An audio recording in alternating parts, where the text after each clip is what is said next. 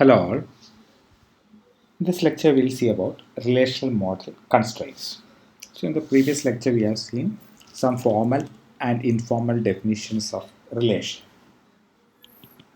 So this is the outline of this lecture. So we'll see about this relational integrity constraints, then we'll see key constraints, entity integrity constraint and referential integrity constraints.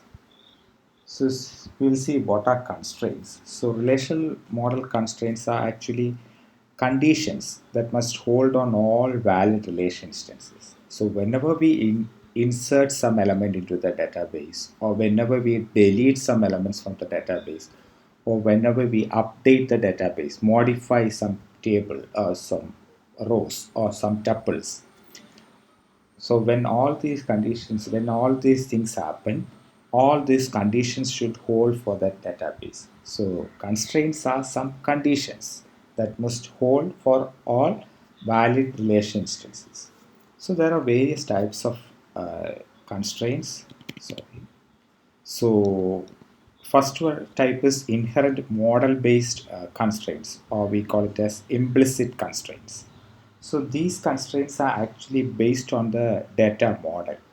So those constraints are fixed by the data model. If we are using relational model, then they have some inherent constraints on it. So we will be learning more on this inherent model based constraints. Then second type of constraint is about schema based constraints or explicit constraints. So these constraints are specified by the data definition language DDL command. So we have already seen what is DDL and all. So we will be seeing more on this DDL commands when we learn SQL commands. So you will understand how we can specify such type of schema based constraints or explicit constraints. So this is specified on DDL commands. Okay. Then the third type of constraints is certain constraints cannot be specified in schema in DDL language. So this will be specified by the application program. So when we write the application program to invoke the database and all, we will be including some type of constraints or distance rules. So such type of constraints are known as application based constraints. So we will be studying only about this inherent model based constraints or implicit constraints.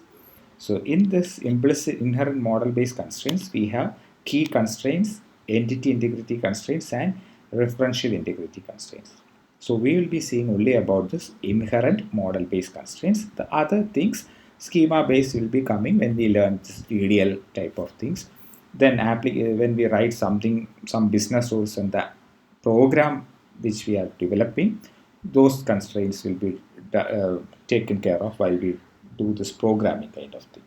So we will be mainly considering these key constraints, entity integrity constraints and referential integrity constraints. Okay. So you'll see first one, key constraints. So before going into key constraint, we should understand what is super key, what is key, what is candidate key, what is primary key. So this is an important concept in database here. So you should thoroughly understand what is the super key of relation. So super key of a relation R. It means it's a super key of a table relation or table. So it is a set of attributes. It can be a single attribute or a set of attributes. We can call it as SK. In short form, we can call it as SK of R if such that no two tuples. So such that no two tuples. That means no two rows in any valid instance, relation instance R of R will have the same value for SK. So if we take any two tuples in the table or any two rows in the table, that set of attributes SK cannot have the same value. Then we can call it as a super key. Okay. So if we take any two distinct tuples T1 and T2, we already have seen what is tuple and all. Tuple means row. So if we take any two rows T1 and T2 in R of R means the populated table. Then T1 of SK, that means these attributes and those attributes in the second row won't be same, will never be same. So then we can say that SK is the super key of that relation. Okay, super key of the relation. Now I'll define another thing. So for example, I'll take another example for super key. So if we have a student table, we are storing some information like register number, your university register number is there, your name is stored, your date of birth is stored. So if I am taking a combination of your university register number and name, that set of attributes, university register number comma name, so both those attributes together will form the super key. Okay, will form the super key. So no two rows will have the same values because name and university register number will be different for all the people. So even if the name is same, then university register number will be different for two different people. So there won't be a same set of values for these two attributes. Then we can call that university register number comma name is the super key of that relation or that table. Okay.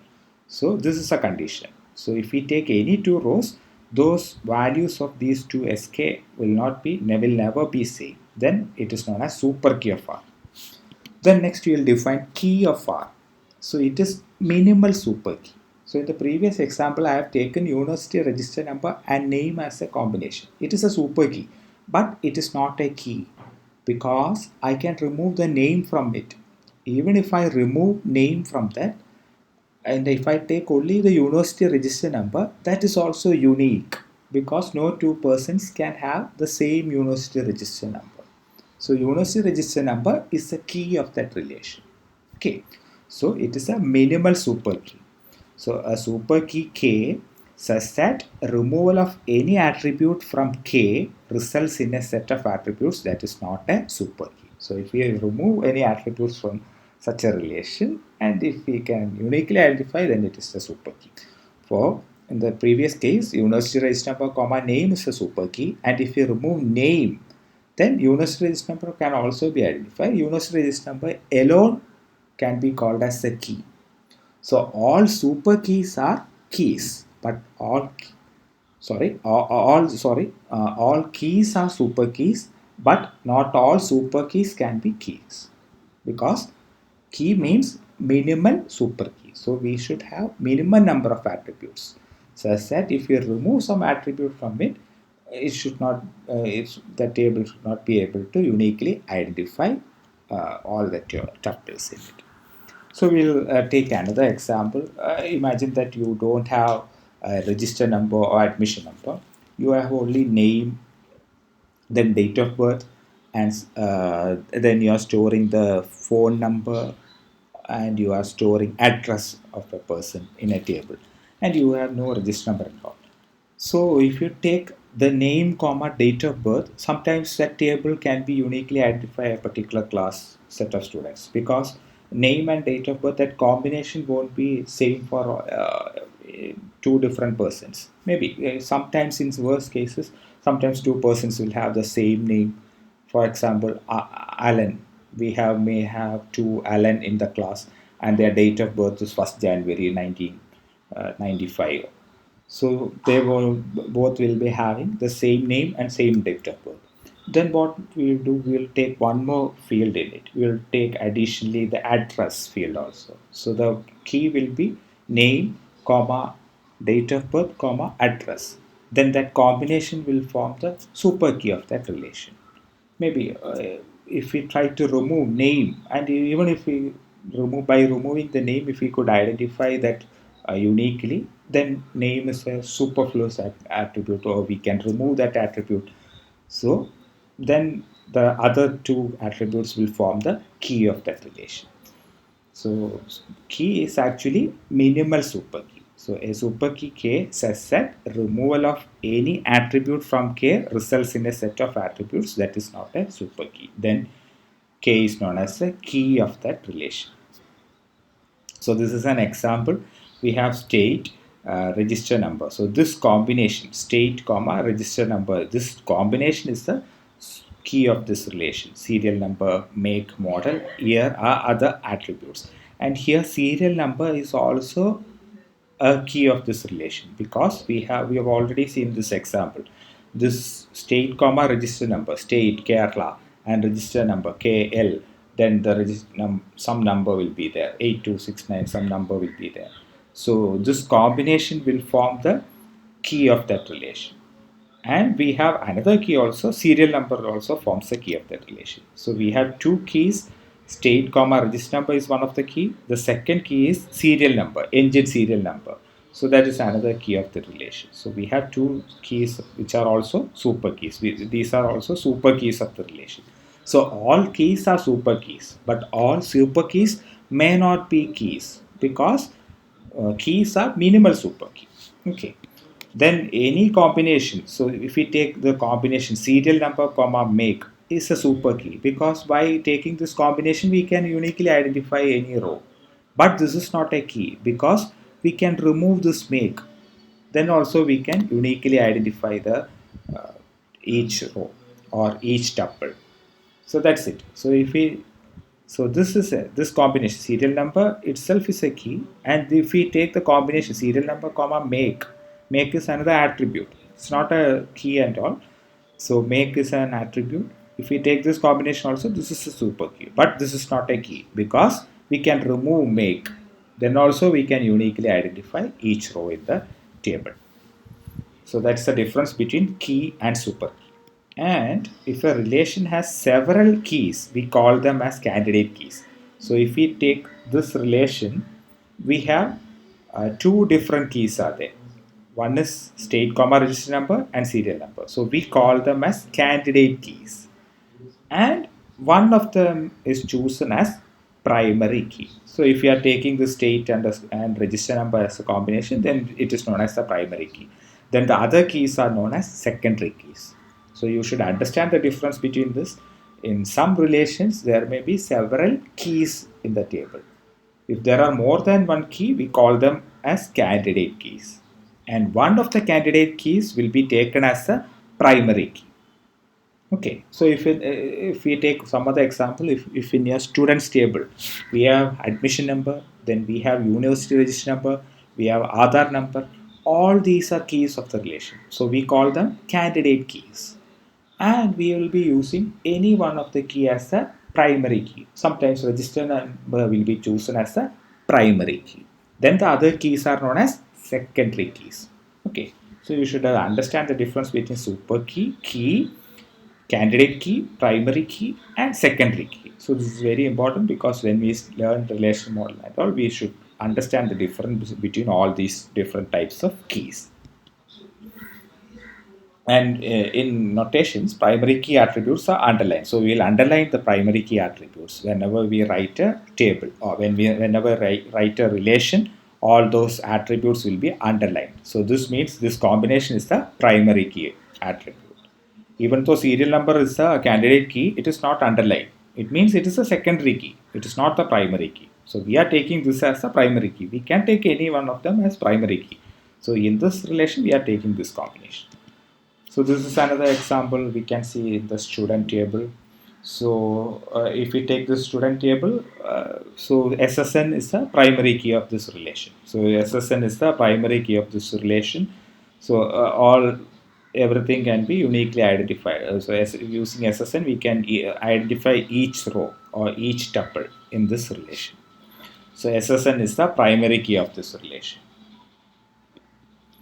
So this is an example. So license number is the primary key. So license number is a combination of state and registration number. So this forms the primary key, and we have another candidate key in it, engine serial number. This also uniquely identifies. Okay. Then if we take the combination of engine serial number and make, so that also uniquely identifies. It is a super key, but it is not a key.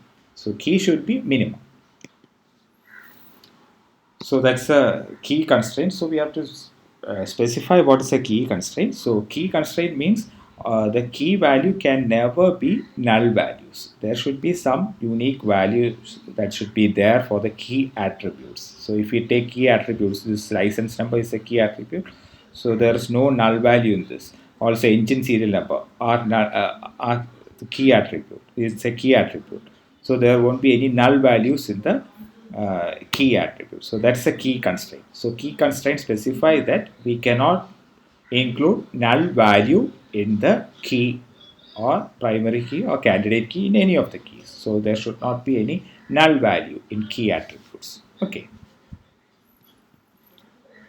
The next second type of constraint in relational model is we call it as entity integrity constraint. So we'll first define a relational database schema.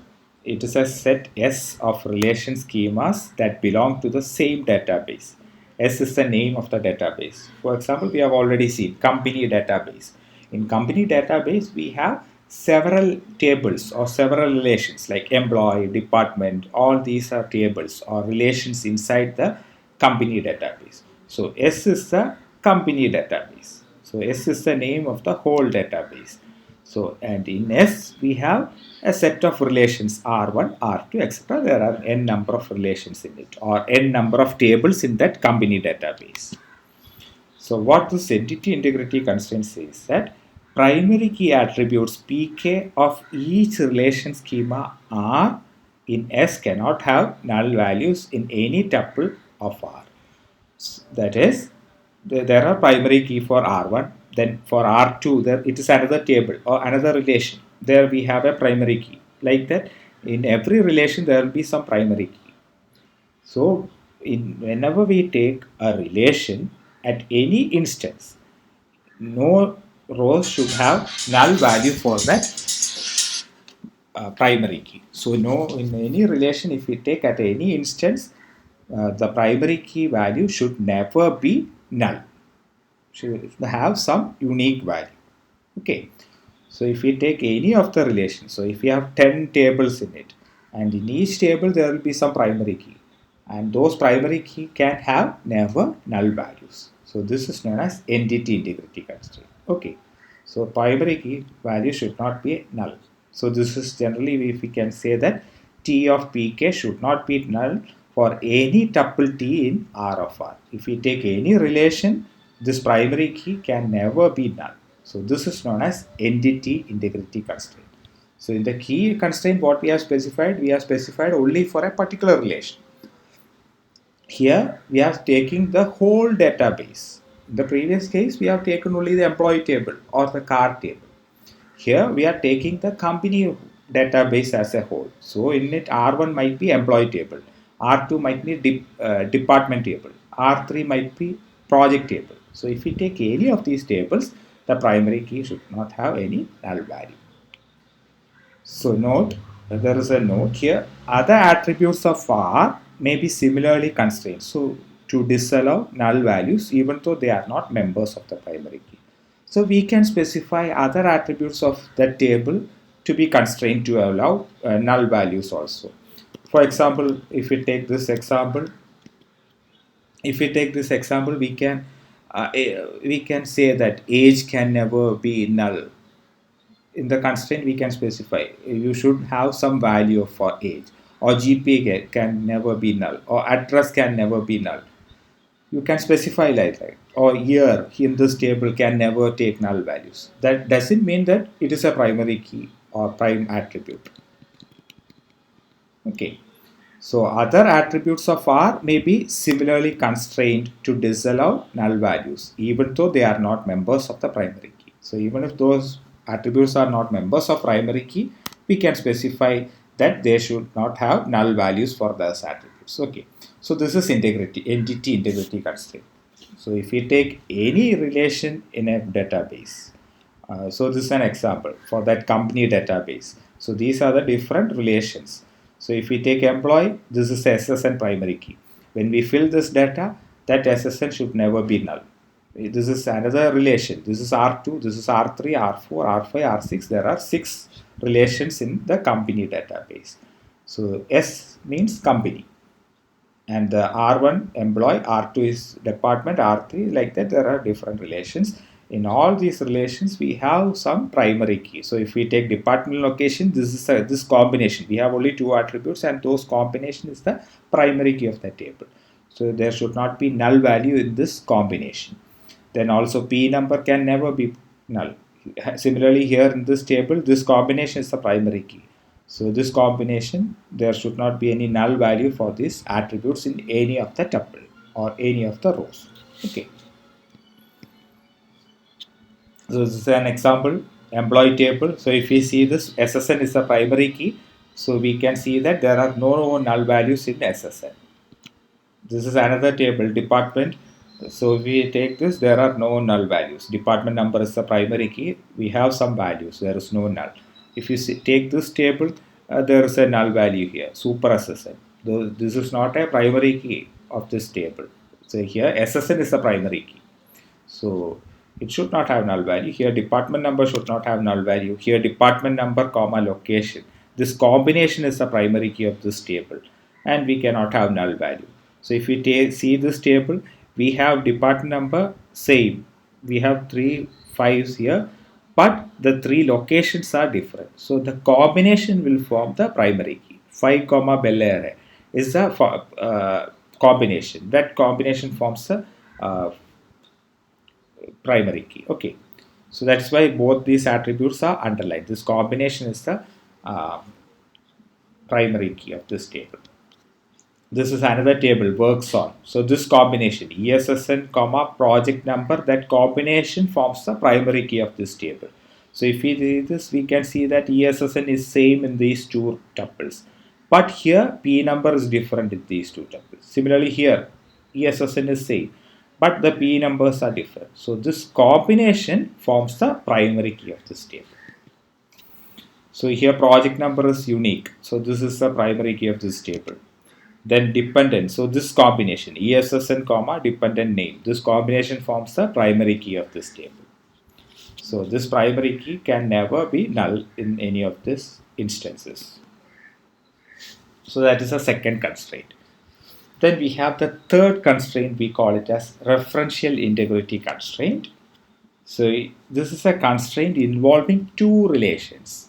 The previous case we are considering only a single relation.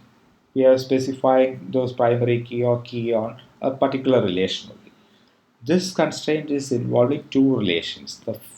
We used to specify a relationship among tuples in two relations. We call them first one as the referencing relation and the reference relation. So we have two tables. So if we want to specify the relationship between these two tables or these two relations, we need to use this referential integrity constraint.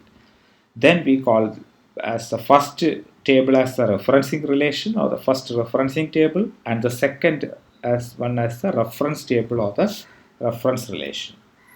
So tuples in the referencing relation R1 have attributes, we call them as foreign key FK or foreign key attributes that reference the primary key attributes key PK of the reference R2.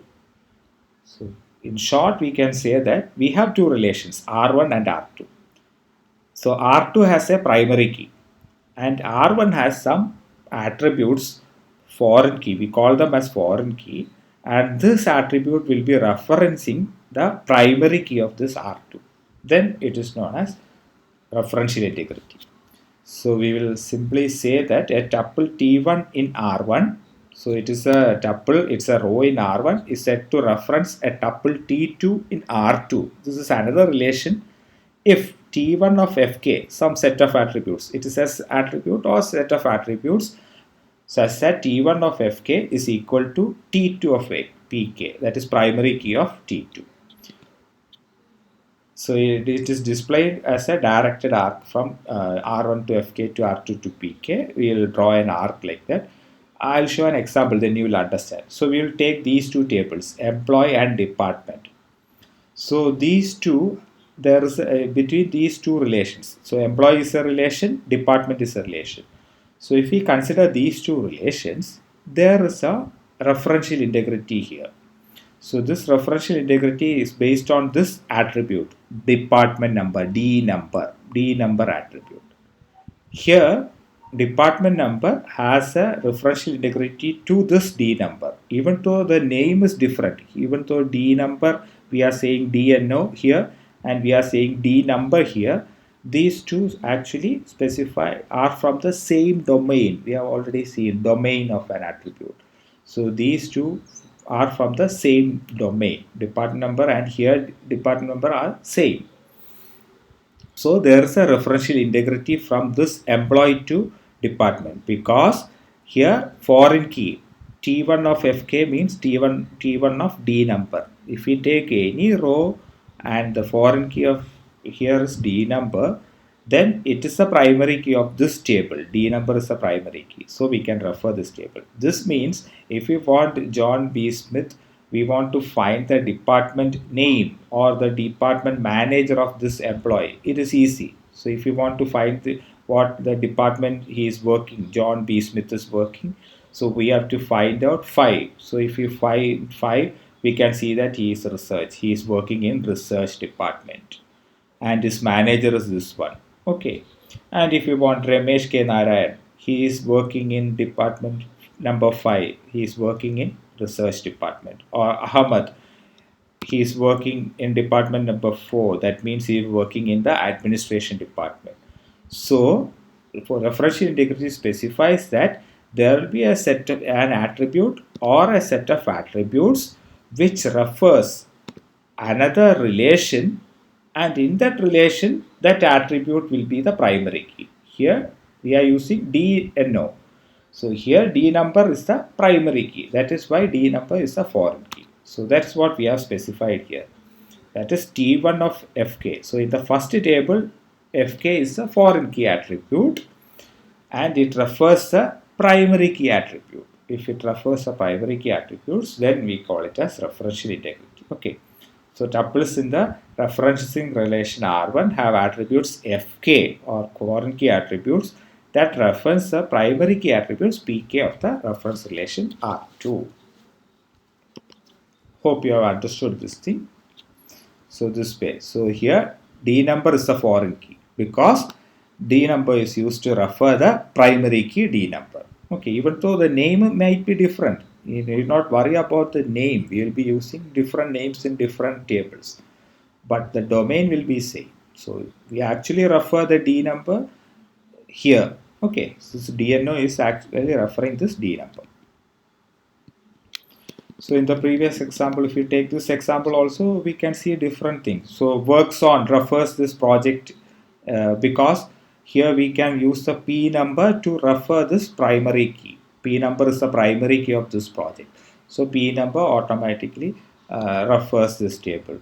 Or if you take another table from this thing here department number D location, there is a referential integrity to this table because this D number is the foreign key and here it is the primary key. So this can be used to refer this table. Then here, like that, there are various referential integrities in the table. Okay. So what is a constraint for this referential integrity? So this is a constraint. The attributes in Fk have the same domains as the primary key attributes Pk of R2. That we have already seen. The domain should be same. Foreign key attributes domain and the primary key attributes of the second table's domain should be same. The attributes Fk are set to reference or refer to the relation R2 if the domains are same. So in the previous case, D number and DNO and D number both are from the same domain. So a value of Fk in a tuple T1 of the current state, it may be in a current state table, either occurs as a value of Pk for some tuple T2 in current state R2 of R2. So this is another table. This is another table. This is first table and this is second table. So here we have a foreign key which refers the primary key of this table, or it should be null value, or it should be null value. That is, the foreign key should either refer this table or it should be null value. Okay, in the former case, we have T1 of Fk equal to T2 of Pk. We have already seen this example. In the second case, if it is null, in case 2, if it is null means, that is foreign key is null means, it should not be part of its own primary key. Then it should not be part of its own primary key. So we will see this example. So we can see the various referential integrity. So we'll take this example. So in some cases, if we want, we can have a null number, because if we are not allotting a particular department for an employee, for example, James, So if we have specified depart number as 1, but in some cases if James is a new employee and we are not allotting him any department, then here it will be null. So that null can be included, provided this D number is not a part of the primary key. So here we have only SSN as the primary key. So here D number can be made null. So in certain cases, so if we take this, the previous example, in this case, we have already seen that works on refers this project. So here P number can never be null because it is part of the primary key. Even though this is a foreign key when considering from P number to P NO to P number, P number is a foreign key. It can never be null because it is part of the primary key. So that is what we have specified here. Okay, referential integrity constraints. Either it can be like this, T1 of Fk equal to T2 of Pk, or it can be null also. That foreign key can be null, provided it should not be part of its own primary key. Okay. So this is a reference integrity constraint in the whole company database. If you take, there is an integrity from, we have already seen this department number to this D number. So we will be showing using arc. We will be representing the referential integrity by a directed arc. So from D number to this arrow. So this is the primary key. Then another one we have is from this manager SSN to SSN is there. So this is the foreign key. From department to employee, there is a referential integrity. Here manager SSN is the foreign key and SSN is the primary key of this thing. Okay. Then from D number to this D number. So this is D number forms a foreign key and here it is the primary key. Like that from this D number to this D number. So this is the foreign key and this forms a primary key here. Like that here P number to P number. So here P number cannot be null because it is part of the primary key. And here employee SSN to this SSN. Okay, so this employee SSN can never be null because it is part of the primary key. Like that here SSN to this SSN. And here this is ESSN is a foreign key and here it is a primary key. And there is another referential integrity from this table to this table. We have already seen a recursive relationship. That is, there is a relationship between, there is a referential integrity from super SSN to SSN. So from this table to this table itself, from employee to employee also, we have a referential integrity. So this super SSN forms a foreign key and the primary key it refers is the employee SSN. Okay, that is why we have shown an arrow like this. So we can show this referential integrity like these arrows. So this is an example. We have already seen this example. We have already explained this example. So this shows the referential integrity constraints. Then there are other types of constraints that can be included in the database. One is semantic integrity constraints. It is based on application semantics and cannot be expressed by the model. Okay, it is known as semantic integrity constraints. For example, a person, a maximum number of hours per employee for all project he or she works is 56 hours per week. If we say that an employee cannot work more than 56 hours a week, then it is a semantic constraint. It is actually a constraint that should be specified semantically.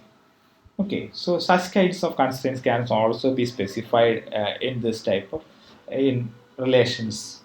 We can specify this type of constraints. Also, we can specify some other semantic constraints like the salary of an employee should not be greater than the salary of his supervisor. So that's constraints we can specify because a subordinate should not have a salary greater than a supervisor. The supervisor should have a larger sum, should be given a larger amount. So such type of semantic constraints can also be specified in relations. So these constraints are actually specified using constraint specification language, may be used to express these type of constraints. Okay. So I have given some exercise here. You can try these exercises. We have a table like this. Well, we have different relations like student, then course, then enroll is there, and book adoption text is there. So here SSN is the primary key, here course number is the primary key, here this combination is the primary key, here course number comma quarter is the primary key, and here book ISBN is the primary key. So what we have to do is we have to specify the foreign keys for the schema, stating any assumptions you can make. So we have to find out the foreign key and we have to draw the schema diagram. We have already seen the schema diagram. So you have to draw something like this. So you have to specify what is the foreign key of all these things. Okay. So you try this exercise. It's easy. You can try it. And this is another example. So this one is the first example. You can go through this exercise, try to do this. Then the second one, we have some business trips of salesperson. So there are four relations here. Salesperson, where SSN is the primary key. These are the other attributes. Then trip, and here the primary key is trip ID. Sorry, we have only three relations. Okay. Then expense, we have this combination trip underscore ID and account number. This combination forms the primary key. So here also we have to specify the foreign keys of this relation. So by noting, if you have understood what is foreign key, what is primary key, then you can easily specify this foreign key relation. So these are the two exercises. You can try these two exercises. Thank you.